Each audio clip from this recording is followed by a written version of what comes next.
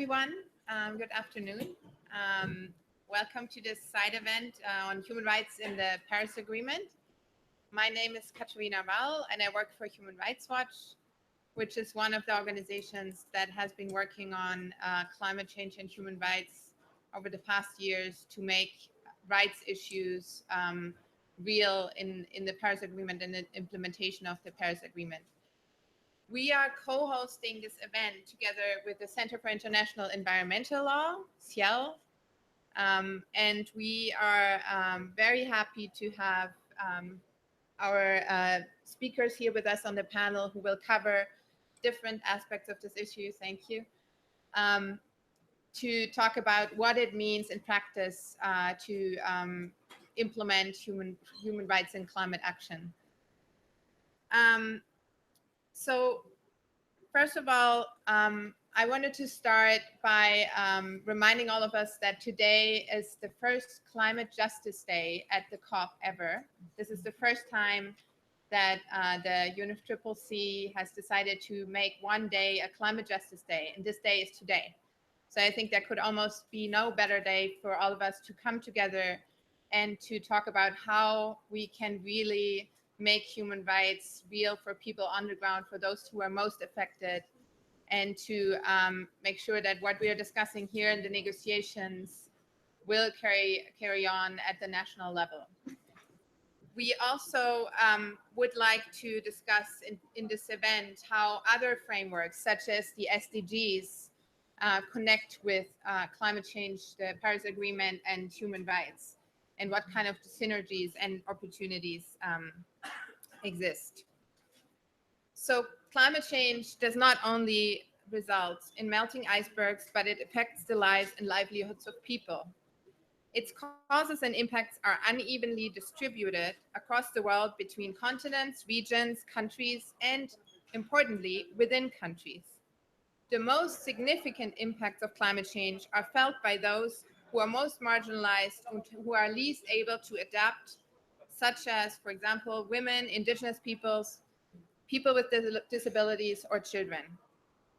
As the United Nations High Commissioner for Human Rights said upon entry into force of the Paris Agreement, climate change is a threat to us all and to future generations, to the enjoyment of human rights now and in the years ahead.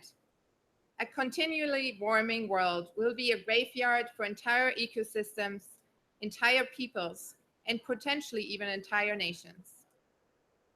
This insight is reflected in the preamble of the Paris Agreement, which states, and I quote, "Parties should, when taking actions to address climate change, respect, promote, and consider their respective obligations on human rights, the right to health, the rights of indigenous peoples, local communities, migrants, children, persons with disabilities, and people in vulnerable situations, as well as gender equality, empowerment of women, and intergenerational equity."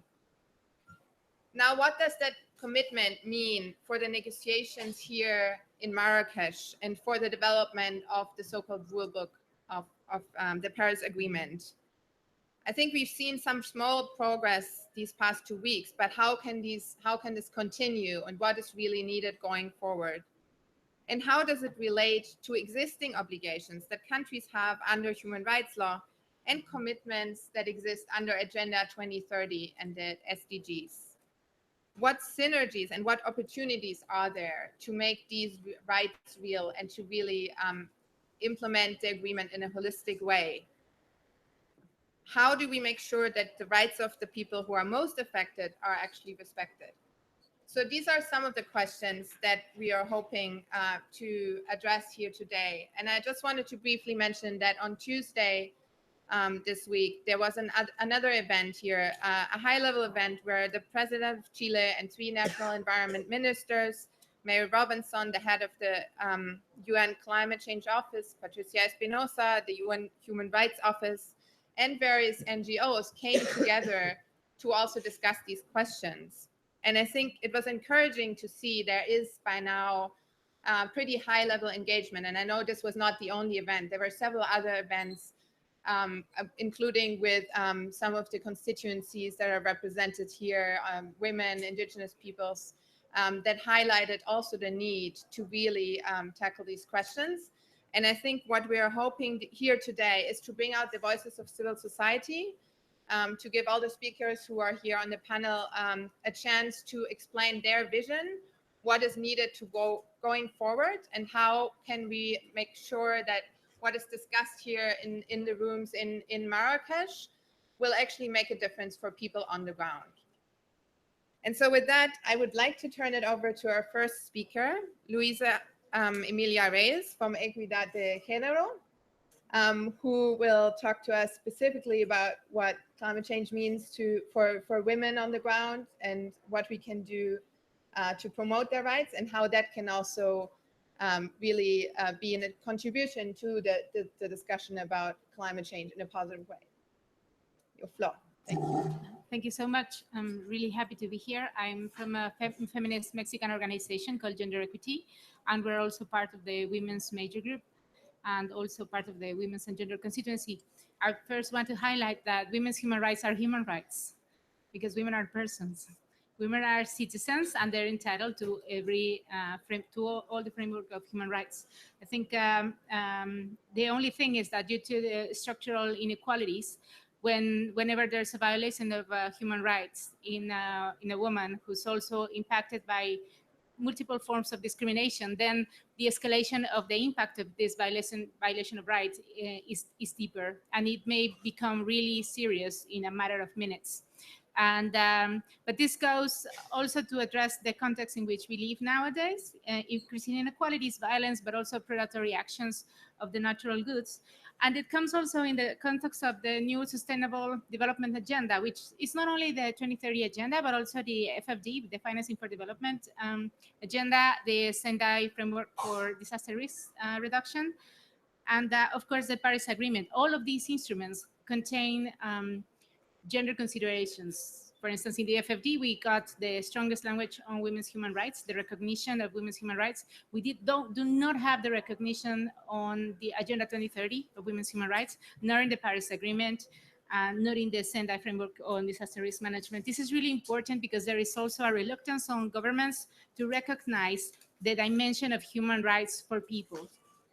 So it may sound easier to talk about gender consideration, gender responsiveness, but not the actual recognition that women are citizens, women are persons, and they're subjects of rights. So this is something that is really crucial, and it doesn't come only from governments in the global south. It's also a pushback from governors in the global north, who, by recognizing the guarantee of human rights for all people, then they will have to face, for instance, the challenges that comes with the increasing trend of migration to their own territories, just to pose one example. It's much more complex than that, because, for instance, in the context of climate change, for instance, it's the large corporations that are stemming from the global north that are impacting in the violation of human rights in the global south. And that will have to come as well with a reparation of damages and many other things that are the core of the main conflict of interest that we're seeing nowadays in this overall platform. So women and feminist organizations, of course, have raised their voice against for instance, the role of the large corporation at the regional, national, and local level, but also the role that they are having here in the UNFCCC.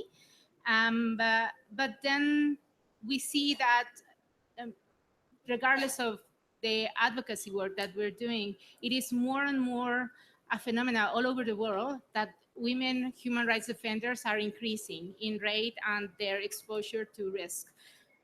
We know by now from our experts on human rights defenders that the women environmentalist defenders who are fighting against the extractive corporations are the ones who are exposed to the highest level of risk, and also with a broader range of actors who may act against them, because they face the state actors, the military, they may face also the organized crime, also, of course, the private sector, and maybe harassment inside their communities and their families. So the range of actors and the level of the conflict of power that are at stake when women are stepping up in their communities to defend the water or the land or the issues, all those issues related to health and chemicals, for instance, are increasing. And we see that also the penalties, for instance, in which when they are facing the criminalization, is they are harsher than those faced by men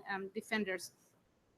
So this is a very critical situation. I just want to say as well that in the face of it, I think overall the human rights framework is facing a new paradigm. This is something that comes from my reflection on the issue, for instance, because, for instance, the CIEL committee, which is the legally binding instrument we have on gender equality, is now is more and more seeing these cases of environmentalist human rights defenders within the framework as well. And the recommendation are kind of limited because it's like, well, for instance, in the case of energy, well, these women are having access to energy, but they don't see the interpretation as maybe they're opposing some subjects of rights. For instance, the urban women who are getting access to some type of energy, while the rural women in the communities who have seen a dam now in their territories, they have been, they see their rights that have been violated. So opposing rights of groups is not a nice thing to do from a legally binding body in the UN.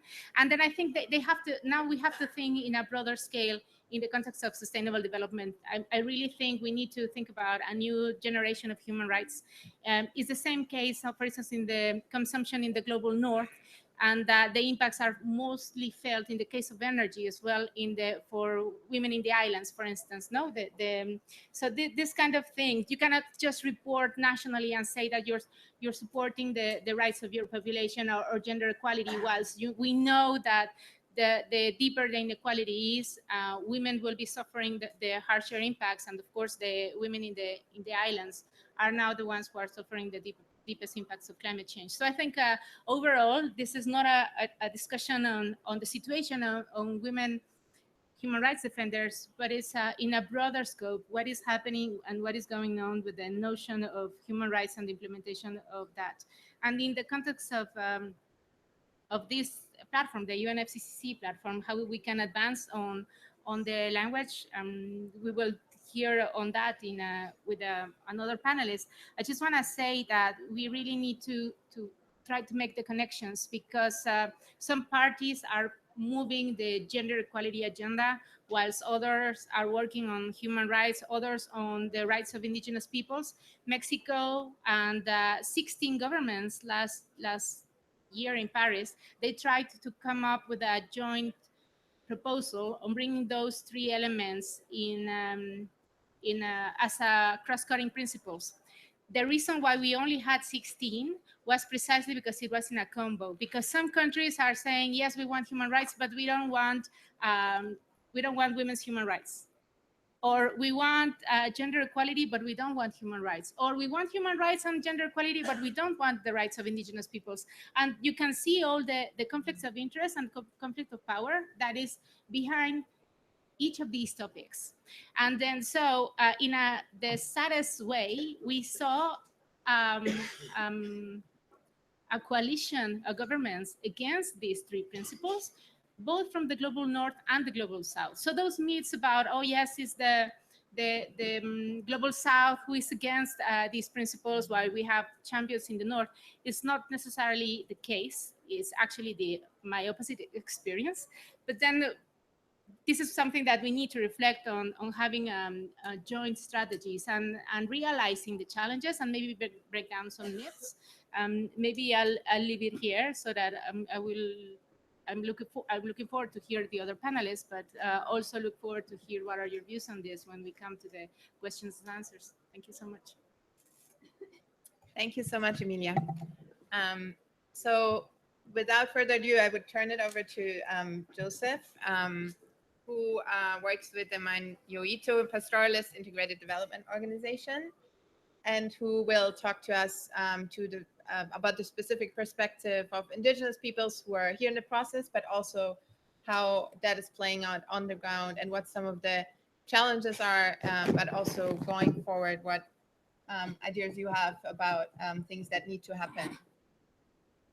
Well, thank you, and good afternoon, everybody. I'd like to acknowledge and appreciate my panelists. I come from Kenya and I come from indigenous people constituency. 2015 was a year that will be remembered for a long time in the 21st century.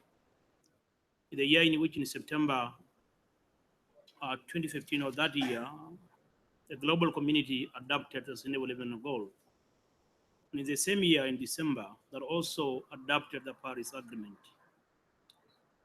The uniqueness of the two documents, you bring them together, does acknowledge collective rights.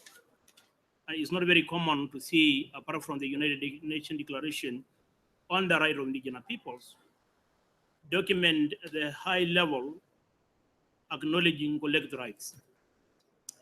And when we talk about rights, and we talk about human rights and talk about indigenous peoples, one of the things that have to come in our mind is about collective rights, and particularly land and natural resources. So for us as indigenous peoples, it was quite exciting time. But having the two documents and having the two major achievements of the adoption, it's different things when to come to implementation. Because you can have a very good document, you can have a very good principles, you can have a very good constitutions, and then it becomes something different completely on the ground when to come to implementation. And let me begin by looking particularly what I see as opportunity and challenges. Number one is an opportunity to have the global society acknowledging that we are under threat. The current generation and the future generation, they are under serious threats unless they address the issue of climate change. And climate change from us as indigenous peoples, we have two elements or two levels of where rights are likely to be violated. Number one, when climate change starts interfering with health, with the community, when climate change starts sort of crushing our resilience to climate change. I come from a pastoralist background, and these people depend entirely on livestock. And therefore, when drought becomes permanent, communities and families, households are not able to feed themselves. And therefore, as a result of the climate change, they are going to be subjected to extreme poverty. I come from Africa where also conflict over natural resources has increased over time. And that is a human rights violation, driven by our behavior and our character, by becoming irresponsible when to come to issues relating to climate change. But the second level is when we come to the UN, this forum, propose mitigation and adaptation, and because we don't have responsible governments, those mitigation and adaptation end up violating the rights of indigenous peoples. Many people do not believe when I say renewable energy may not necessarily be the best in indigenous people territory. Okay? Because it is a fashion today. When you talk to many people, they say, wow, renewable energy will solve our problem. But I tell you, renewable energy has shown experience of being used an excuse for grabbing of land and natural resources. Renewable energy projects. And Kenya is a very good example. When you look to our career, when you look the Turkana wind power project funded by the Danish government, 150,000 acres was lost without consultation of indigenous peoples. And in both cases, our career under CDM and the Turkana wind power, life was lost. There was a use and misuse of the police by the state to push the project, and without getting an alternative land for those communities. So both for different level, human rights are likely to occur. Unfortunately, we are not yet seeing the reality.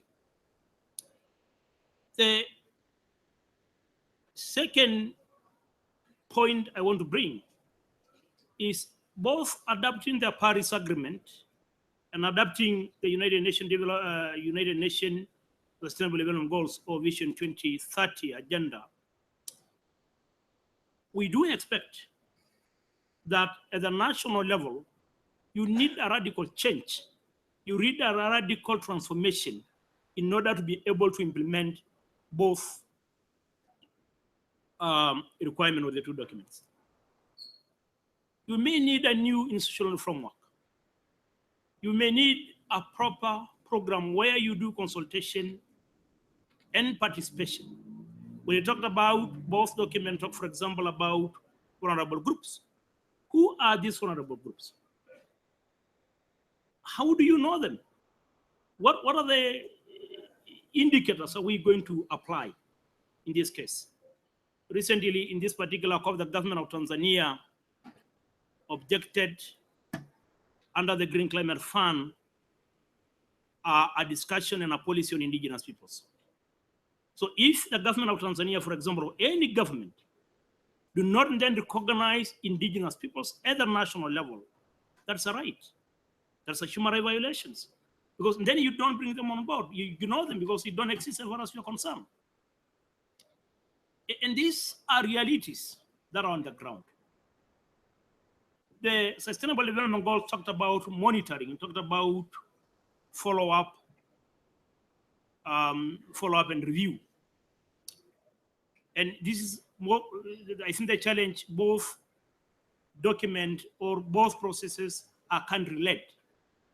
And it minimizes space for external monitoring. And I think the question this forum probably need to address, and today and in the future, what will be the role of human rights institutions after the adoption of both documents? Are we going to remain the way, following human rights the way they were, or are also going to have some sort of a radical change to be able to monitor human rights violation under climate or under the Paris implementation program, and also the Sustainable Development Goals? What are sort of the coordination among human rights institutions, both at the global and the national level, to deal with this particular new development? These are new developments. They have never been there, existed before. But now you have to deal with them. And I think it's critical, particularly in Africa, because in Africa, we have the challenge of ethnic minorities and tribalism. And we have a problem when to come to good governance. So certain groups are likely to be again ignored. Certain groups are likely not to benefit because of those political tension, and particularly where indigenous peoples and government has over conflict over their land and natural resources. The Paris Agreement, Green Climate Fund is going to be the engine to drive most of adaptation, maybe technological transfer, financial mitigation, but they don't have a policy on indigenous peoples. And if they don't have a policy, then it's going to be very challenging because they're likely to fund projects that are then going to have a negative impact on the life, on the livelihoods, on the survival, on the culture of the people on the ground. And therefore, I think as much as we have an opportunity under the Paris Agreement, under the Vision 20 Development Agenda 2030, we also have a challenge to see how do we minimize the benefit, but also how do we also minimize the negative impact? And how do we ensure there's broad participation, there's broad inclusion, there's proper consultation, so that as the Sustainable Development Goal talk about it, no one is going to be left behind. I come from a country that they have not yet developed a national framework. And until they develop a national framework, that's the only time we can say, yes, there's no one who is not going to be left behind. But I think at the moment, we are yet to see that one along the way. I conclude by saying, I think cooperation, new form of partnership, alliances from the civil society and human rights institutions are going to be extremely urgently needed. Thank you.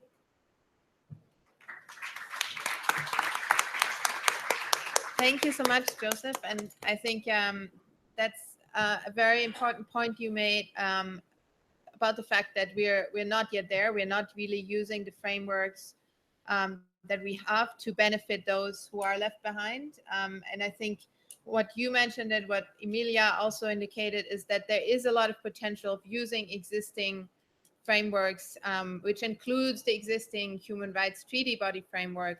And just maybe to mention that, for example, the CEDAW committee that works on women's rights at the UN in Geneva is just in the process of developing what is called a general comment on gender-related risk in terms of climate change and disaster.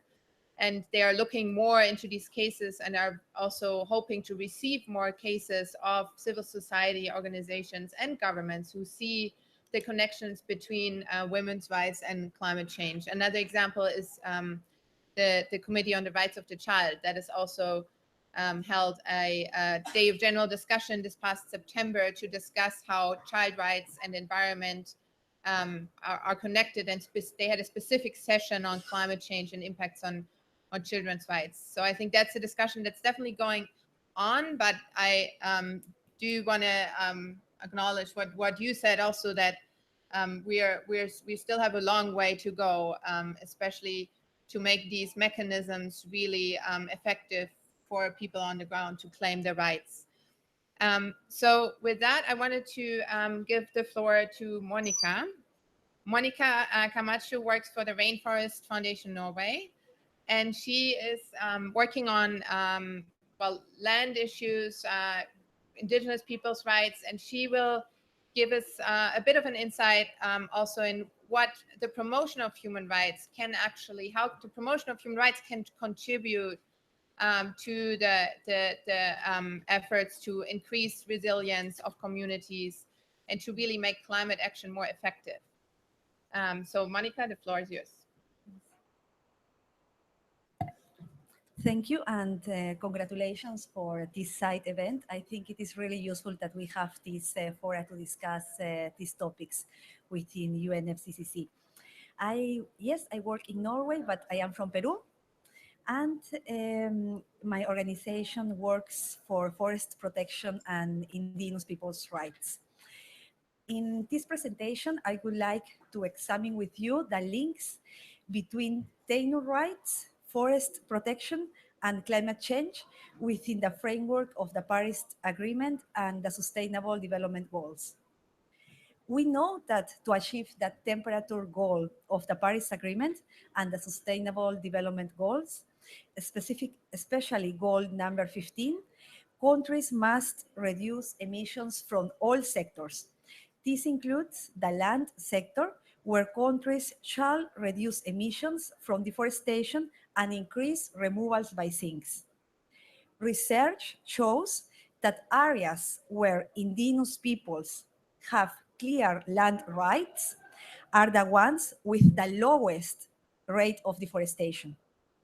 Thus, securing indigenous peoples and communities' land rights is the safest and largely tested climate change mitigation action that can be implemented in the land sector.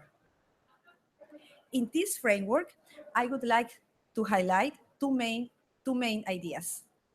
The first one, indigenous peoples have played a key role as guardians of the rainforests, and their land rights are important for the future protection, for the future forest protection, and to reduce deforestation and increased removals. Second, more finance must be available for the recognition of indigenous peoples and local communities' land rights. Regarding the first point, the link between secure community tenure and forest sustainability, research shows that where indigenous peoples' tenure rights are perceived to be secure, management is more likely to happen with a long-term perspective, thus preventing degradation and better ensuring long-term protection of essential ecosystem services. For example, research in Brazil demonstrates that while different kinds of protected areas, strict protection, sustainable use areas, and indigenous peoples' territories all help to prevent deforestation, indigenous peoples' territories generally reduce deforestation better than the other categories. In particular, research shows that indigenous peoples' territories do exceptionally well under high deforestation pressure. Research across multiple sites has also identified several factors associated with lower deforestation in community forests. These include larger size, greater autonomy, and better economy status. Other recent research demonstrates that where legal recognition of indigenous and community tenure rights is combined with active governmental support, deforestation is significantly lower. Although a study have highlighted that 37 billion tons of carbon are stored in community forests, we see that yet community tenure and forest management are undervalued as strategies for climate change mitigation. Measures to achieve the temperature goal of the Paris Agreement and the Sustainable Development Goals must consider these good strategies for climate change mitigation. Although there is an international legal framework on indigenous people's rights, we see that implementation and enforcement at the national level is the biggest gap. Recent data on tenure recognition shows that since 2002, there has been an increase in forest areas under community ownership or control. But the vast majority of forest lands globally are still controlled by states. There are also considerable differences between continents. For example, in Latin America, communities own or control around 40% of forests, while in Africa, almost 94% of forests continue to be held by governments. Recognition of forest tenure rights has also slowed since 2008. In addition to less area being recognized than in the period 2002-2008, tenure laws enacted are fewer and weaker. For example, no legal framework created since 2008 recognizes community ownership of forest land. There is also a push to recognize individual land rights rather than collective rights in many countries, which risks undermining key foundations for sustainable forest management.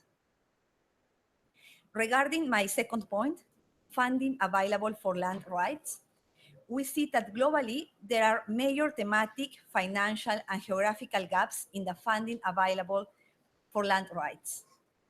In particular, there is a need for mechanisms that are flexible and responsive to the needs of indigenous and community organizations, and a willingness to take risks within those mechanisms. In their own proposals, indigenous peoples' representatives have stressed the fundamental importance of recognizing their collective land and territorial rights and respecting the rights to free, prior, and informed consent. They ask for the creation of dedicated funds where indigenous peoples organizations may have direct access to funding without intermediary organizations. There is also a need for flexible and long-term core funding that supports indigenous peoples and local organizations as partners rather than as a short specific task or projects, and allows capacity building and training. Another persistent issue is that women are commonly discriminated when it comes to land and resources rights. Securing community land may be a first step, but is not sufficient to protect women's rights. In any effort to advance community land rights, the question of how women's rights to land can best be supported in that specific context must also be asked. Within the Paris Agreement, developed countries must provide funding for these topics, and all countries should inform international determined contributions how they will address indigenous peoples and other forest-dependent peoples' rights to land, territories, and resources when implementing actions to reduce emissions in all sectors. It is important to highlight that long-term investment in indigenous peoples' organizations is needed, including after land rights are formally recognized. Recognition doesn't guarantee tenure security per se. Therefore, it is important to focus on reinforcing communities' negotiating power towards outsiders, providing a fair chance to defend their rights, and generate income from forests, such as timber and non-timber forest products and other land investments. Communities must be able to sustain themselves in order to sustain their forests. Otherwise, they might have tenure rights, but these will not be secure. Thank you. Thank you very much. Thank you so much, Monica. I think it's really helpful to have these kind of concrete examples how strengthening rights can really also promote climate action at the local level, but what kind of discussions are needed here at the international negotiations. And I wanted to now introduce our next speaker, Kate Dooley, who is a researcher at the University of Melbourne, but who is also a part of a coalition of different civil society organizations and researchers here at the UNFCCC, which is called the Human Rights and Climate Change Working Group. And this group over the past years has worked together across the different constituencies that are some of who are here today to strengthen rights-based approaches and human rights in the text in these negotiations. And so Kate was going to talk to us about where this group sees things now and what kind of openings and potential entry points we see in the implementation of the Paris Agreement. Kate, the floor is yours. Thanks, Katharina. So yes, I'm going to talk about how the working group is trying to get all of the cross-cutting principles that are in the preamble of the Paris Agreement. There was quite a lot of joined up civil society effort to make sure that all of these issues were recognized in the Paris Agreement. So we have recognition of human rights, including the rights of indigenous peoples, gender equality, food security, intergenerational equity, just transition, and ecosystem integrity. Now, similar to what Amelia was saying at the start, what we're interested now is that these cross-cutting principles are integrated into the implementation of the Paris Agreement in a holistic way, not in a way where countries are able to pick and choose which ones they might support and not support other ones, not other elements. So, so the working group, as well as other constituencies that we work with in an inter-constituency group on human rights, will continue working through the next few years as countries are developing the rule book for implementing the Paris Agreement to make sure all of these elements are considered. So some of the specific areas that we're looking at and have been working on these last few weeks. Well, I'm going to talk about 4 specific areas, and I'll go through them fairly briefly. It's important to realize that we're really at the start of another 2 years of negotiations on these issues. So what we're talking about now isn't what we expect to see in Marrakesh, but we would certainly like to see progress towards it and have in some areas. But this is where we're heading towards that we would like countries to agree in 2018. So the areas I'm going to look at are country actions in the NDCs and what information is presented, how this information is reviewed under the transparency framework, how the global stocktake of collective progress towards the Paris Agreement's goals will include the information on these cross-cutting principles, and also broader enabling environments to enable and assist countries to meet these human rights obligations. So in terms of country actions, this information is provided, countries determine what their actions will be on climate change and provide this information through their nationally determined contributions. This includes elements of both mitigation and adaptation. And in terms of mitigation, parties at the moment, parties are discussing guidelines to enhance clarity, transparency, and understanding of the information that's included in that NDCs.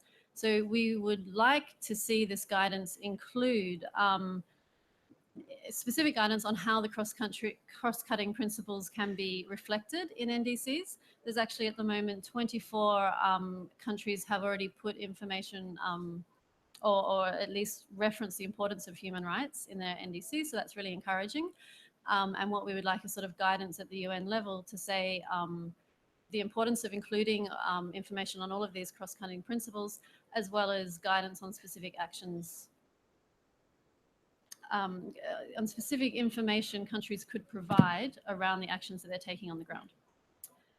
The same through adaptation communications. We'd like to see similar guidance in there, as well as a method to learn lessons from what countries are doing and feed that back into future NDCs. So that's the first area. The second area is the review of NDCs under the Enhanced Transparency Framework on Action and Support.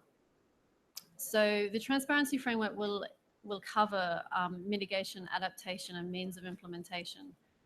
And we'd like across all of those elements for review for the model. So parties who are negotiating modalities, procedures, and guidelines for how those elements will be reviewed. So we'd like all of those elements to include a review of cross-cutting principles related to human rights, and specifically guidance to identify information that countries should report and should be included in this review. A few important elements to consider here, and some of the feedback that the working group has been getting this week from meetings that we've been having with different parties, different country delegations, is the importance of relating this to existing obligations that countries already have and have relevant to treaties and existing human rights and environmental obligations that countries have. So we're not talking about creating any new obligations in this context, as well as the importance of avoiding duplication of reporting to other bodies and reporting here through the NDCs and having that reviewed through the transparency framework. So we're not promoting that these would be new obligations or that there would be new burdens in terms of reporting, but that it's really important that there's consistency between what countries are reporting elsewhere and what they're reporting here, and that climate actions are consistent with those other obligations. And that's why it's so crucial to bring these two things together and not to say, well, we report on human rights and other issues in other bodies, because we really need to see more coherence between climate actions and how those actions might impact on human rights obligations on the ground. And Mariama is also going to talk about some of the broader actions countries need to take and different obligations they have. So the third point is the global stocktake. This is to collect progress. This is to assess collective progress towards the long-term goal. Some of the discussions that have happened around the global stocktake this week have related to the need for a diversity of input into the stocktake. That input would include country reporting, so the NDCs, which is why we want to see information on the cross-cutting principles and what steps countries are taking to meet those included in the NDCs. That will come through the transparency framework and be part of the global stocktake to assess progress. There'll also be scientific inputs via the IPCC, and countries are discussing how equity can also form an input into the stocktake, which is very important. Now, part of the purpose, I guess, of the stocktake is for the review of collective progress. So the collective progress obviously is towards meeting the temperature goals of the Paris Agreement, but the goals are broader than that. They include meeting these goals in the context of sustainable development and efforts to eradicate poverty. So that makes the cross-cutting issues that are in the preamble essential in terms of how countries meet the collective goal and how we assess progress towards that. And so there needs to be, in terms of the outputs of the stocktake, there needs to be specific channels and ways that we evaluate the progress and the impacts of actions in NDCs on human rights obligations, food security, environmental standards, land tenure issues, as Monica was talking about, and that information can be used to inform future development of NDCs, because that's part of the purpose of the stocktake, to inform future development so that of country commitments. So whilst that includes increasing ambition on reducing emissions and providing and raising finance to enable other countries to reduce emissions, it also needs to include learning lessons and making progress on ensuring that mitigation and adaptation actions don't have other negative impacts. So all of those items I've mentioned are being negotiated under the APA. That negotiating body finished work on Monday. They had a plenary quite late Monday night where all of the conclusions were agreed. In general, there was some exchange among parties on different positions that countries have on all those different issues I mentioned. There wasn't really a negotiation on that, so there wasn't reactions from countries on other country positions. So in a lot of ways, there wasn't a lot of progress made beyond the quite detailed party submissions that exist on all of these issues. So whilst we know what countries think, we're not yet got to the point of exchanging and narrowing down towards areas of consensus. The decisions are largely procedural from across all of those agenda areas, and they call for more submissions and roundtables and workshops to be held next year. Now, what's concerning about this, not so much the lack of progress, because these things take time. What is really concerning is that civil society have, for the first time that I can remember, across such a broad range of agenda items, not been included in that invitation for further submissions. So in the context of civil society and independent and relevant expert institutions in this area, having a lot of important information to bring and expertise to bring to the table, it's really not acceptable to start closing down the negotiations to party only, particularly at such an early stage in the process. The roundtable format is not something I've actually come across before. Mariama might be able to more specifically tell you if this is already a procedurally established thing, but the roundtable format is closed again to observers, and in fact is not supposed to produce any notes or outcomes, as far as I understand. So a huge concern around the closing down of the APA, which is the body that is developing most of the rules for the implementation of the Paris Agreement, and it's also not in line with the conclusions last year from the SBI, the body on implementation, which acknowledged the importance of observers in this process and called for increased transparency. So I just have one more thing I want to cover where there's a bit more good news. In terms of enabling environments, that can refer to means of implementation, finance, which is incredibly important. It's really the lifeline of this process, and finance is still the issue that's not decided as of today, the second last day of the conference. So somewhere we need a lot more movement on. But also in this context, we have capacity building. And under the Paris Agreement, we had the Paris Committee on Capacity Building established, and the conclusions there have been finalized, and they include a request to countries to take into consideration the cross-cutting principles that I've been talking about, including gender responsiveness, human rights, and Indigenous people's knowledge. So this is really encouraging and an incredibly good sign that this specific language is included here in this decision. It means that capacity building will need to focus on how to elaborate on those issues and make sure countries are including those issues in their reporting, and so it can flow on to all of the NDCs and the transparency framework and the global stocktake that I was previously talking about. So that is some good news. That's the 2016 to 2020 work plan, and we hope to see more progress in the capacity building area, and also really I mean, civil society, the Human Rights and Climate Change Working Group will continue to make submissions and to input into the process, but we really need this opened up through official channels so that all parties can access that information easily. Thank you. Thank you so much, Kate. And I think the issue you raised in terms of observer participation here comes down to a very general point about human rights are only, or we can only talk about human rights if that includes the right to participation, access to information, which is very much needed in this process here, but of course also for all the communities that are affected on the ground and who have even less of a chance to participate in these international organizations. Negotiations here. So I think that's a very important point. And I also just wanted to acknowledge that many of the members of the Human Rights and Climate Change Working Group are here in the room today. And I hope we'll get the chance later in the discussion to hear more also from some of them, as well as from everyone else who's attending this event. But before we go into discussion, I want to introduce our last speaker, Mariama Williams, who works with the South Center, and will give us a bit of a sense of the way forward and how to bring these different frameworks together and what some of the challenges are that you see and maybe some of the opportunities. Mariam. Okay, so good afternoon, everyone. Thank you all for coming. I work with the South Center, which is an intergovernmental think tank of developing countries. We're based in Geneva. And we basically try to support developing countries in their broader coalition as G77, NAM, wherever they are in various negotiation process, of course, including climate change.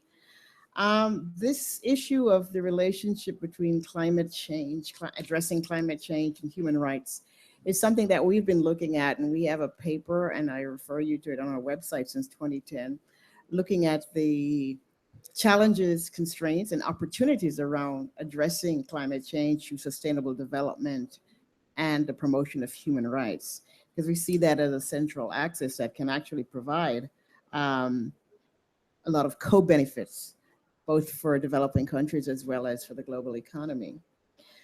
So the link between climate change and human rights has been something that we've been working on, and certainly it's really been good to see how that has worked out in the relationship in terms of the evolution of the convention.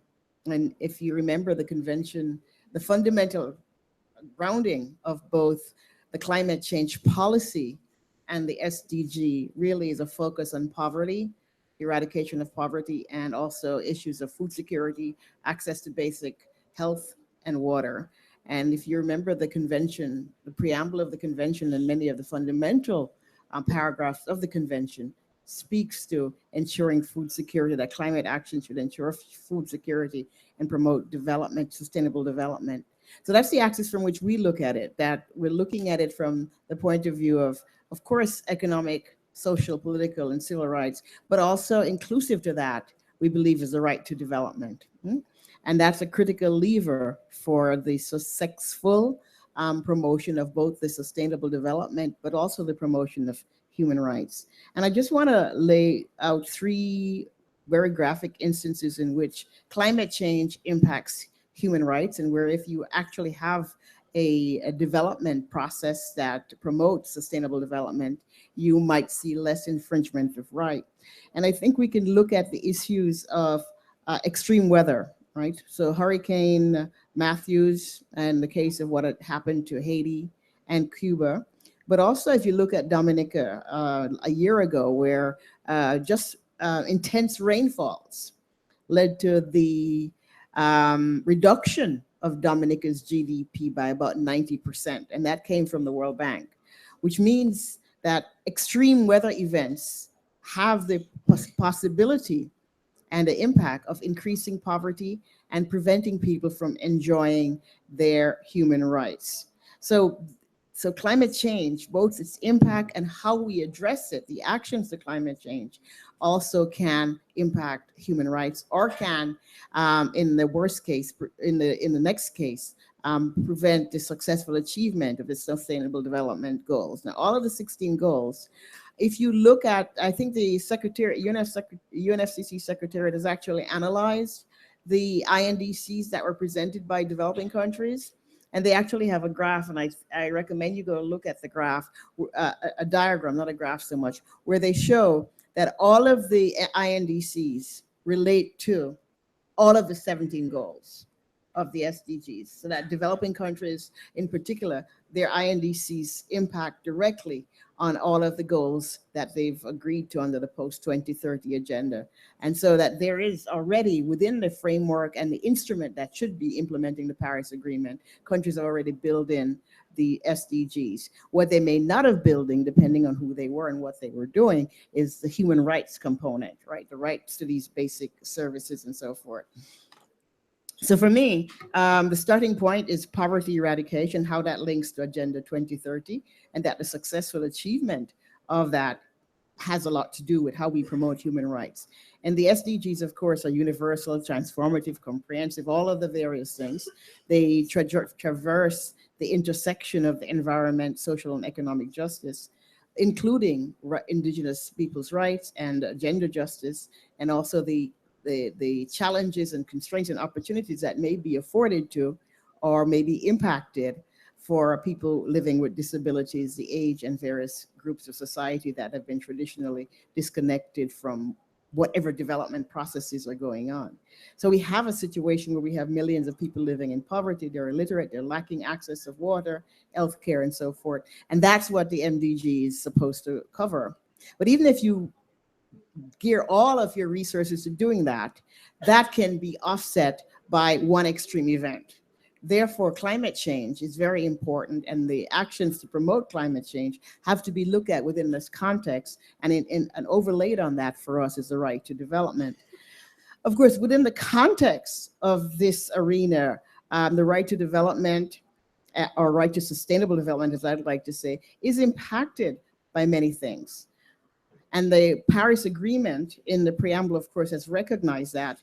But it's not just the Paris Agreement. I mean, the Paris Agreement is not the first time that the human rights have been explicitly introduced within the context of this framework.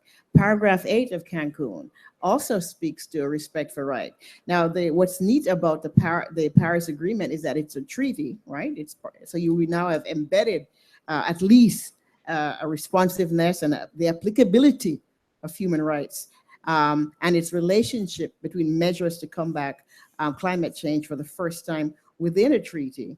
And so that there's a sense in which we are now saying that in conducting your climate change actions, you need to make sure that you're reinforcing the positive dimensions of human rights and promoting human dignity and so forth. So that is critical, I think, for doing that. Within the context of responding to climate change actions, of course, finance, technology transfer, and capacity building are critical for how we are able to leverage measures to climate change in a way that it will promote sustainable development, eradicate poverty, and deal with all of these various transversals of that we have existing in our countries and communities. So that we need to be able to make sure that when we're doing policies around energy, around adaptation, around capacity, that all of those policies have a core in their dimension, looking at the poverty dimension, looking at the equality and inequality dimension, looking at gender, looking at all of those issues. So INDCs, NAPs, all of the various instruments, whether they're mitigation instruments, adaptation instruments, must have a core some attention to poverty eradication. So as we review INDCs and the various instruments, those are the lens from which we must bring in, if in fact we are, as a community, going to see about promoting the Agenda 2030 and Sustainable Development Goals. They are interlocking. You're not going to be able to solve climate change without dealing with issues of poverty, without dealing with issues of gender, and without dealing with issues of people's lack of access to energy and so forth. Now, it may vary depending on where you are. So for instance, in Africa, you're not going to be able to deal with climate change in any significant way without addressing issues of people's access to energy. And that is, for me, one of the underlying focus of human rights, because that means access to health, access to food security. So within the discussion that we're having within this context, I think the whole discussion around agriculture, which is closed in a very not so very good way, that agriculture, there's a tension between how agriculture is being treated, that with some parties pushing for more of the mitigation-oriented approach to agriculture, while many groups, such as the African groups, are looking at agriculture as critical to food security and to people's livelihood, rural livelihood, and so forth. So those have inherent in them human rights dimension, because they're about safeguarding people's health and livelihood.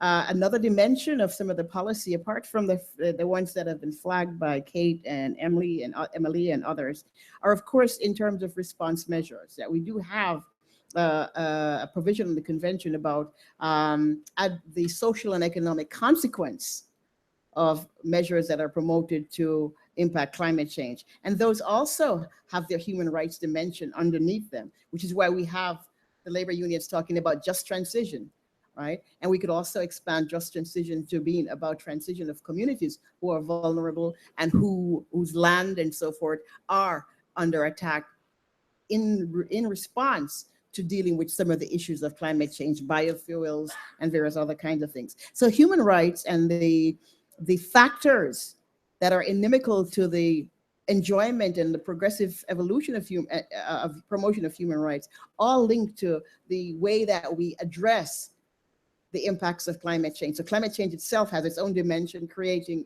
issues of displacement of persons, and reinforcing poverty, creating issues of loss and damage. And loss and damage is also a fundamental issue for me that is linked to human rights. So the whole discussion within the context of what's going on here is fundamental. Another area that I think it's gotten kicked a little bit down the road has been the whole issue of adaptation, right? And adaptation is one area that is fundamentally linked to human rights, because it's linked to access to water, health, employment, all of the various things that are critical to us. And so we know that there's a gap in adaptation financing, a long-standing pernicious imbalance that is continuing in adaptation financing.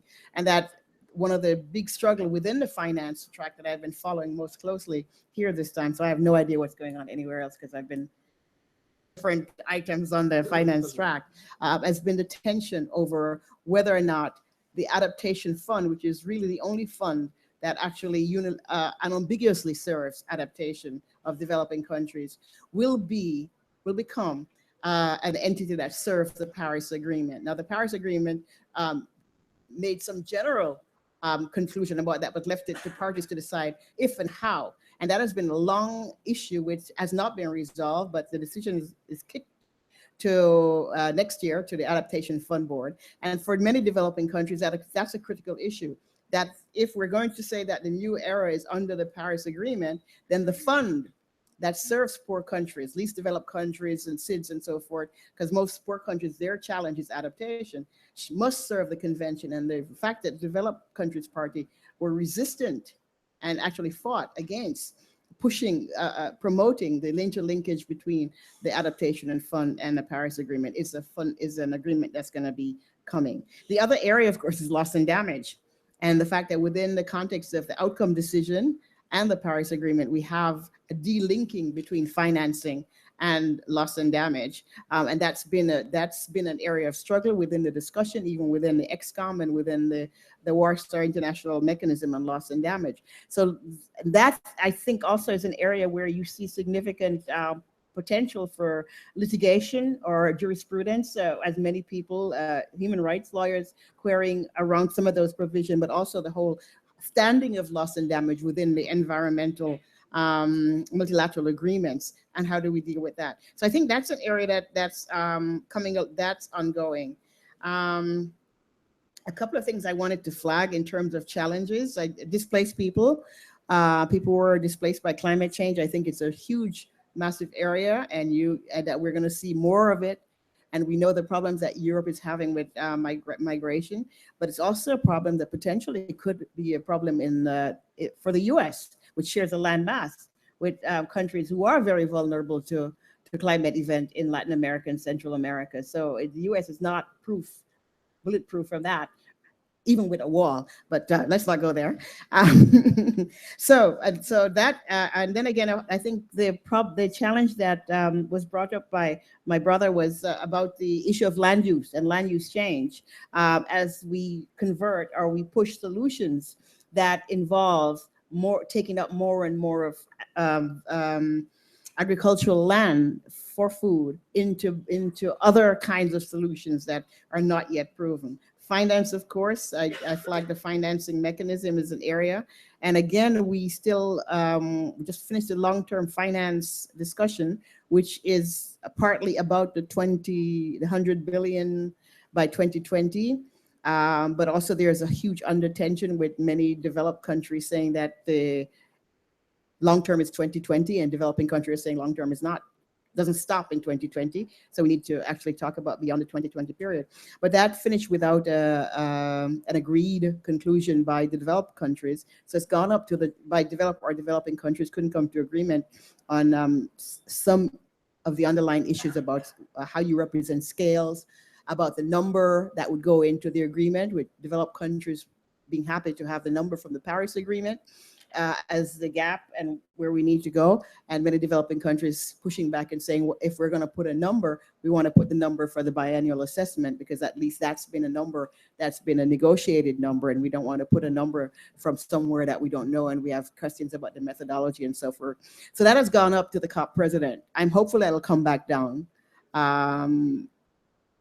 They could finish. They do feel like they're close, but they run out of time. And it's a very important area because it speaks to the issue of how we fund for the next 5 to 16 years this climate situation. So I think to wrap up, for us, equitable access to sustainable development is a critical part of the linkage between the SDGs and the human rights agenda.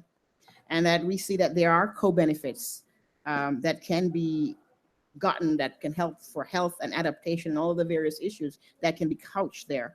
And that the vulnerability to food production, which is linked to the agricultural negotiation, an area that we need to keep track of. And I think that human rights advocate needs to actually watch that discussion as a push to treat agriculture primarily or mostly or predominantly as for its mitigation component, which has implications for how agriculture is seen in many developing countries. I think the whole emphasis on safeguarding food, loss and damage, and to make sure that climate actions does not threaten food security, however that is put forward, is quite important. I did have some flagging. Okay, so way forward. I think we need to push and work hard to integrate specific aspect of human right related elements into the guidance and modalities for NDCs and NAPs, and even into some of the discussions as they unfold around insurance as being seen as a panacea for loss and damage. I think we also need to integrate human rights and climate change in the context of national governments' development plans and visions and goals for climate change. And lastly, I forgot to flag a very important aspect of the financial mechanism, that the whole area of stakeholder participation and safeguards and environmental and social safeguards for how the GCF, the JEF, all of the various climate funds, that has to be a fundamental part. And that's a fundamental dynamics that links, I think, to human rights, that we must push these institutions, that they do stakeholder consultation, they do take into account benefit sharing agreements, they do look at the environmental and social safeguard when they're funding projects, programs, and so forth in developing countries. Thank you. Thank you so much, Mariama, for such an excellent and rich presentation. And I would love to open it up to the floor now for questions and comments that you might have. And we do have a microphone that's here in the front of the room. I would suggest we take 3 questions and then we give it back to the panelists. Okay, good afternoon, everybody. This is Liana from the Heinrich Böll Foundation. I just wanted to quickly just add to something that Mariama says as an opportunity for the GCF, which I think is very important. Mariama mentioned the importance of stakeholder participation. There is an ongoing review of stakeholder participation in the GCF right now only as it relates to board proceedings, where we are less than stellar. And I think Josef has spoken to the fact that indigenous people so far have no formal representation in the form of of an indigenous people active observer on the board. But it's obviously more important in terms of also developing guidelines for the in-country inclusion stakeholders. And there, I think there is an urgent push to work with the Secretariat to get further guidelines and guidance to the NDAs and to the including the direct access implementing entities that the GCF has. So that's the one thing. The other thing is that the GCF in the course of next year really has to get working in earnest on its environmental and social management plan and overall system, which also includes working on its own environmental and social safeguards, because right now it's implementing in the interim the performance standards of the IFC, which are not strong enough on human rights. And I think very strong centered on based anchoring and language on the GCF's purportedly own best practice safeguards is a very important opportunity to get some strengthening. Thank you. Thank you, Liane. Other questions, comments? Someone in the back? Yeah. Yeah. Just two short comments and a question. I heard one of the panelists say that the Paris Agreement requires some funding. I'm not sure the Paris Agreement requires any funding for anything, unfortunately, but I hope that we will get to that point eventually. I'm also quite aware that one of the reasons why human rights weren't in the substantive text of the Paris Agreement or the operative text of the Paris Agreement is because of the European countries' unwillingness to accept the right to development among the rights there. And I'm wondering if you could comment on whether or not you think that was an appropriate stance, whether or not you think the European countries have moved forward from that position. And lastly, the question more directly is, the right to health, or health I should say, is probably the only human right that's in the UNFCCC. It's in Article 1, Paragraph 1, as part of the definition of the adverse effects of climate change. How is the right to health, which is now specified as a right in the preamble of that, how is that special among the human rights, or is it? Thank you. Thank you. We can take one more question and then we give it back to the panelists. There was one on this side, I think.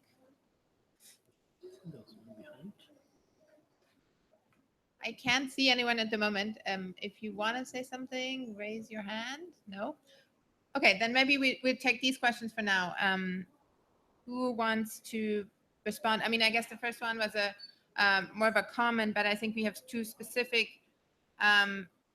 issues here. One was the comment about funding, and then the other one with regard to the process, how the language that is now in the preamble, the human rights language, including the right to health specifically mentioned, ended up in the preamble, and why it's not in Article 2. Anyone? Yes, Emilia. Well, I was part of a delegation during the negotiation of the Paris Agreement. I want to say I'm part of civil society, so I was part of the delegation on behalf of civil society. And when we were trying to approach governments and saying that they needed to include human rights as part of the cross-cutting principles, they said, well, we cannot do that because the next day it starts into operation. People is going to sue us. So I said, yes, that's why we want to put the language in the cross-cutting issues. We want to sue you. We will sue you. But you have to bear into consideration that if we don't put this in the document, then the private sector is going to sue you. And that's what is happening now with the investor-state dispute settlement, in which the large corporations are suing governments in trying to fulfill their commitments, not only in terms of climate change, but also in the 2030 agenda overall, and of course the level of ASU coming from civil society and citizenship, because we want them to fulfill their human rights obligations, as opposed to the lawsuits that will come from private sector to trying to undermine the fulfillment of their commitments, is quite huge, the difference, you know. So some of the governments went along with us with that agreement, with that argument, and this is why we had many governments championing inside the room.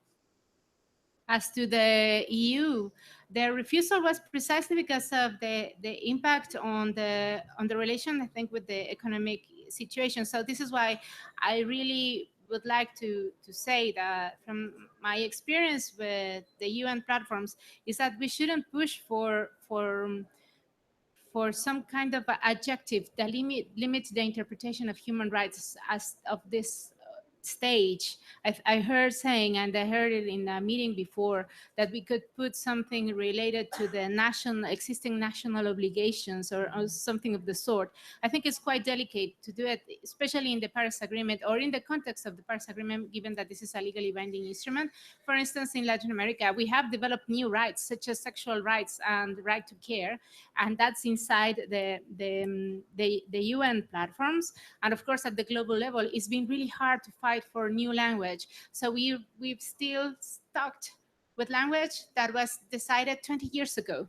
So I don't think we should really put the brakes that will undermine future generations' rights just by trying to bring the language now. We need to bring into arguments, and I just really I'm hopeful of the integrity of some people in the governments, but also the power of citizenship and alliances to build up on those things. So I really just stating my view on this matter. The Latin American region, as civil society, we've always tried to get new language into all the platforms, and we have a different position on this thing.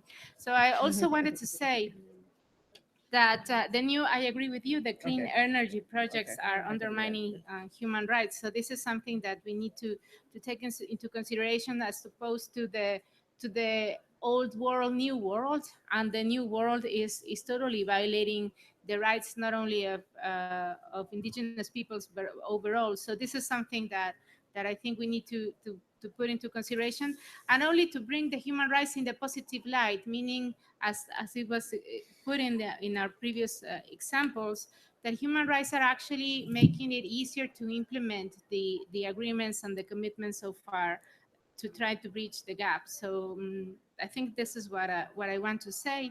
And as regarding to right to health, I think they had a very good lobby, because there are many other rights that needed to be there. And it was actually right to development. One of the issues why, yes, the northern governments didn't want to have human rights overall, but we have the language in the Paris Agreement saying, consider their respective obligation on human rights. And that was a language that was agreeable to all the governments. So this is why right to development came across, because it has to do with which has been agreed by whom. And but I think we really need to think in a more comprehensive way, rather than saying, oh, it's good that we have rights to health, because human rights are also political rights and the environmental rights. So we shouldn't narrow our interpretation. I really think they did a very good work here. We should have more of those people here in the UNFCCC. Thank you, Emilia. And I think Kate and Mariama wanted to comment on this as well. Yeah, I'll just be very brief.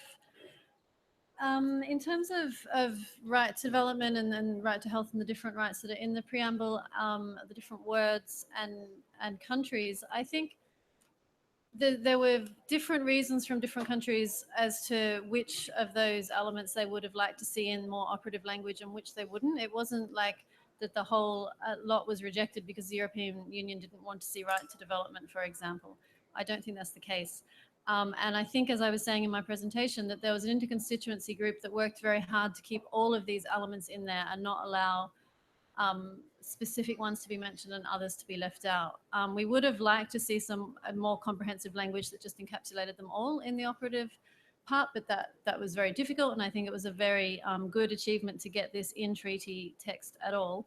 And also just harking back to, I think, what Mariama elaborated in her presentation, is right to development is clearly, I think, through the whole convention and through the Paris Agreement in terms of meeting the goals in the context of sustainable development, efforts to eradicate poverty, and also in the context of equity, which falls into the right to development as well. And I think that those elements are actually quite strong, because this is part of what we have in the convention, and that continues in the Paris Agreement. And we now need to elaborate with some of the more specific human rights obligations in the preamble into how countries actually bring those into their implementation. Okay, so I will start by saying, for me, a fundamental right is the right to live, right to life, and from the point of view of many SIDS, that's a threat. I mean, if you're SIDS in the Pacific and even some Caribbean island where we are facing rising sea levels and so forth. Therefore, in terms of addressing this issue of right to life, the right to equitable access to sustainable development is of course critical, but ambition is critical. The level of ambition about reducing emissions and peaking emissions is a very significant underpinning of this right to life and the right to development. And of course, the other significant area is the access means of implementation, of which one is finance, which was flagged here in the questioning. And yes, the question is right. The Paris Agreement didn't actually come with a financing mechanism, simply reaffirm something that's been on the table for the last 10 years, as far as I know, from 2009, and ask for a roadmap to that, and we have a thing which we are questioning. And of course, saying that there is a floor from 2020, 2025 for scaling up. But in the context of from here to there, we don't have any money on the table. I mean, there is no money on the table. We have pledges, and we know the susceptibility of those pledges. For example, the US pledged $3.5 billion to the GCF, of which it delivered 5, right? 3, it delivered 5, so there's 2.5 billion. So if they walk from whatever, that 2.5 billion is gone. And of course, the US under the Fast Start Finance, if you look at how much they contribute, about 12 to 15% of Fast Start was the US. So 12 to 15 or up to 20% of the $100 billion the US. So if they leave, however they leave, whether they leave explicitly or they just defund, it's a significant challenge for adaptation for all of the various things that we look towards. So that is something that we have to contend with. But within the context of the GCF, as was brought up, we know, of course, Article 4 is where all the discussion is about means of implementation and the funding. But the GCF was meant to be a different kind of entity, an entity that was direct access, an entity that we were hoping would have wide open arms for civil society and so forth. But at this point, it's a huge struggle, as Liana, who has done a heroic job, I should say, trying to maintain the participation of developing countries. There is no money, unlike many other even funding entities that sometimes we critique. The GCF has no set of money to allow civil society participation from the North, or even from indigenous group. So that agencies like HBF and other big agencies have been trying, not agencies, but entities, yes, have been using their own money and putting out a lot of effort to get civil society. And that is very egregious, that a fund that is a new fund, that is meant for developing countries, does not have any funding mechanism that allows the participation of civil society from the North. The next board meeting from the South, yes, you yes, and the next board meeting is in Samoa. How many civil society can actually get to Samoa 2 weeks after COP or 3 weeks after COP, right? So I think the issue of the environmental and social safeguard, the participation have to be effective. It's not good enough saying that you have language on participation if people cannot actually participate. So I think those are issues, and it would be really good if some of the human rights group would actually start watching and challenging the GCF and some of the mechanism around the means of implementation. Yeah, thank you. Thank you. And I think the work that Liana and others have done on this really highlights the points that were raised here in the discussion. We do have time for one or two more questions. I wanted to open it up again for the room. So there's one question in the back.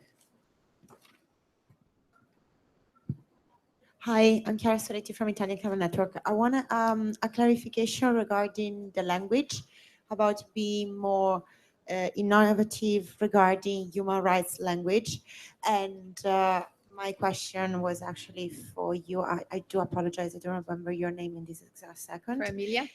Thank you very much. Sorry for these apologies. Yes, the sense of what you were saying, I would like you to correct me, is basically that the language is 20 years old and can be limited regarding the rights of future generations. So basically my question is, what do you mean with we need a new language, a new generation of human rights? We have quite a few generations of human rights, and certain of them are still not yet recognized, like fourth generations of, human rights regarding technology or these kind of things. So do you think that these kind of things can really be effective, or they're just something that is going to complicate even more things? If they're not recognized, they don't work. So I was wondering if you could tell me more about what you mean with innovative language and the impact that that can have. Thank you. Thank you. Is there another question in the room? Yes, here in front, Gina. Hi, everyone. Thank you so much for a great presentation. So I was wondering what you guys thought of the Dyneema Pledge and how we could use that to leverage further action on this. Last year when we were doing the negotiations and trying to seek advancement of getting the human rights principles into the operational text, we were using that as a way to kind of help spur on, and we saw, a split between Norway, other countries in Europe who were signing on, and then of course we saw resistance here. So how can we keep that going so that we keep that conversation? What do you think about trying to scale that up and trying to get more overt commitments so that we can use that then to leverage for discussions at the COP here?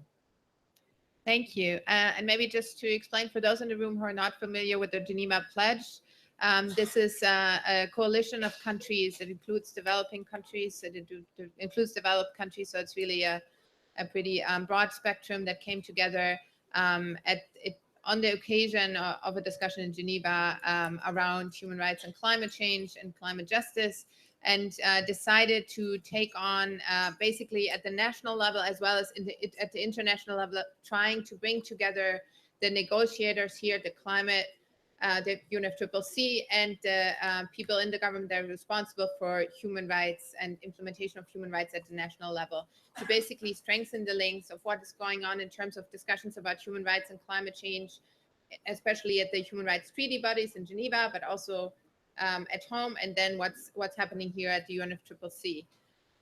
So I want to give all our speakers a chance to do a final closing statement where you can respond to some of those questions that I think also allow again to kind of think, looking forward, what is it that we need, and what are our asks also as civil society to the governments that are negotiating here at the UNFCCC and beyond in the coming years. So I would suggest we start this time with Mariama and we go this way, and I would ask you to be pretty brief because we have very few time left. Thank you. Okay, so I can be really brief. I think it's kind of where I started,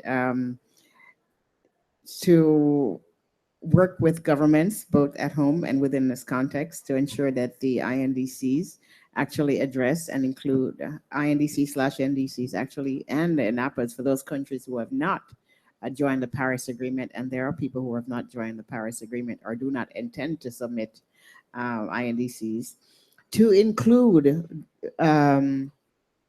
aspect of poverty eradication dimensions, human rights, and to also really struggle to make sure that the mitigation solutions that are put forward to address climate change, that their adverse social and economic consequences for people's livelihood, food, and so forth are not threatened any further, and that vulnerability in those areas don't increase as a result of mitigation and other policies.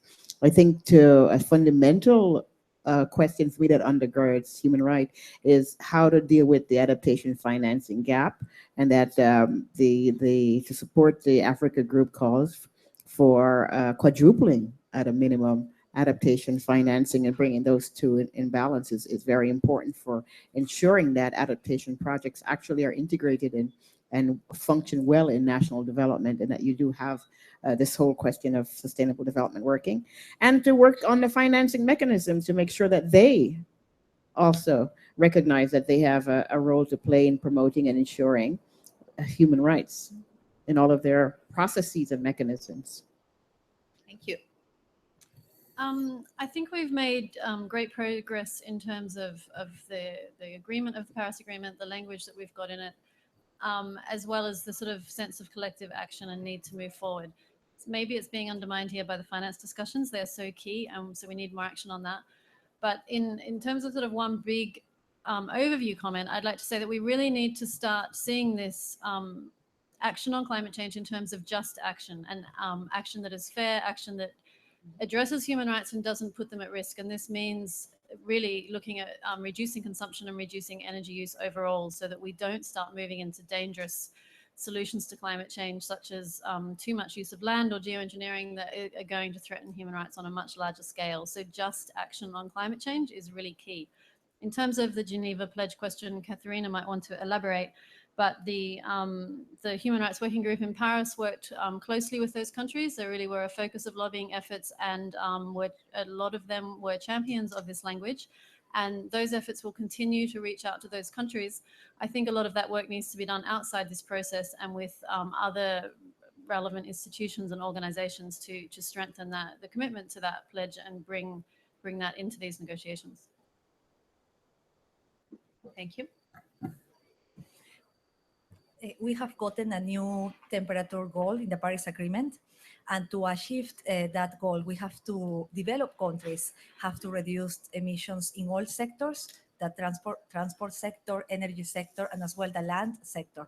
And the land sector, in some way, give us a lot of opportunities, both for reducing emissions from deforestation, but as well as removals by sinks. And we think that we, referring as Rainforest Foundation Norway, which is part of the Climate Change Human Rights Working Group Alliance, we think that it is important that developed countries reduce emissions as soon as possible, to don't put more and more pressure in the land sector. But because what is going to happen is that if developed countries don't reduce emissions right now, in 10 years, we will be in a position where we already have gotten up in temperature, and that will mean that we will have to implement technology that have not been proved yet, as BECS, as CCS, and that means that to implement that kind of technology, we will have to use a huge amount of land. We will have probably a lot of people, indigenous peoples, will be displaced to use that land. We will use land to use this type of technology that we should have used for agriculture. We will put in risk food security. So I think we can avoid all those problems if we take measures now. And the land sector is an opportunity, but we shouldn't offset with the land sector. So I would say my main message would be that we have to reduce emissions from all sectors, and that the land sector shouldn't be a source to offset carbon. That we have to reduce emissions from transport sector, energy sector, and as well the land sector. Thanks. So we need to wrap up this event. So I wanted to just very briefly give Joseph and Emilia the chance to say one sentence just in reply to these questions. Well, I allowed me in only 1 minute to summarize key points that I think will be critical for us as indigenous people. One, recognition of indigenous people and security of land tenure is extremely critical for poverty eradication, food security, and climate resilience. Number two, monitoring lesson learned and reporting will be critical to know what are some of the lessons, what is working, what is not working, and how it should work. And finally, the underground climate fund. The whole issue of private sector is extremely critical, and I think we don't have at the moment any dialogue, any conversation going on between particularly indigenous people and the private sector. And it's going to be very critical in order to address our suspicions and mistrust between us and them at the national level, regional level, and global. Thank you. Thank you. I just want to say that language can be really tricky. For instance, in finance, we have safeguards. We have not the recognition of human rights. So we have safeguards on gender, safeguards on human rights, because governments don't want to commit to the strong language. So what I'm saying is that there is an opportunity to, across the years, to keep on advancing what we already have gained.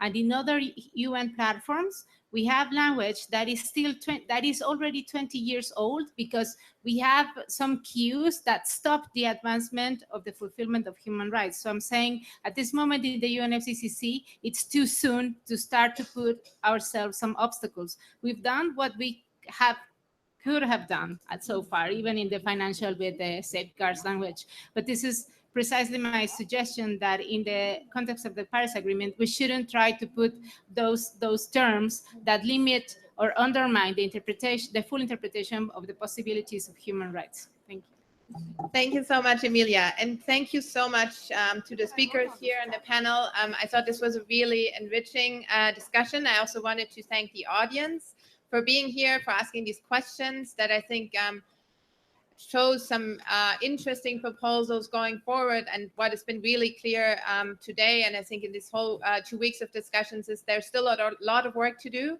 And I think civil society especially needs to keep pushing these issues so that we don't lose the small progress we've already made on human rights especially, but also in bringing these agendas together. So thank you very, very much again, and especially again to CIEL, the Center for International Environmental Law, that's co-hosting this event with us, and all the members of the working group. Thank you very much.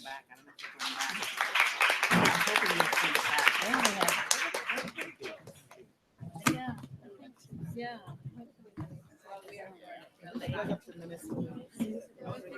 I might say, we welcome the roadmap. I'm the chair of the